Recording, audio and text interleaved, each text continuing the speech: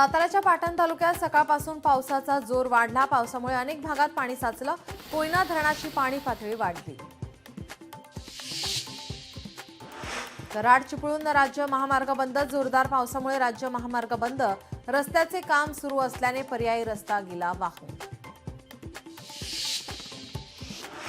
रत्नागिरी जिल्ह्यात मुसळधार पावसामुळे नद्या दुथडी भरून वाहू लागल्या। संगमेश्वर तालुक्यातील बाजारपेठेत पाणीच पाणी।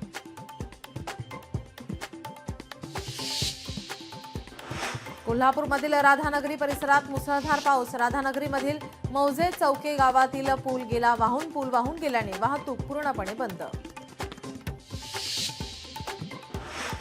कोकण मध्य महाराष्ट्रात जोरदार पाऊस। मराठवाड्यात मध्यम पाऊस तर विदर्भ कोरडा।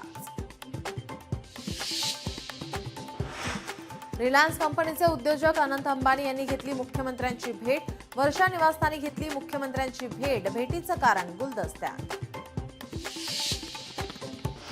अहमदाबादमधील दुर्घटना प्रकरण 119 जणांची डीएनएद्वारे पटली ओळख। 64 जणांचे मृतदेह नातेवाईकांकडे सुपूर्द।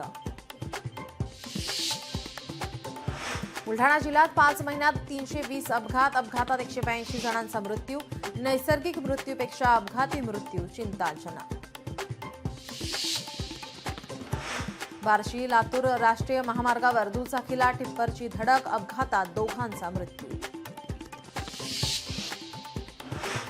33 बोईंग 787 पैकी 22 विमानांची तपासणी पूर्ण। डीजीसीएच्या निर्देशानंतर एअर इंडियाची कार्यवाही। उर्वरित 11 विमानांची चाचणीही लवकरच पूर्ण होणार।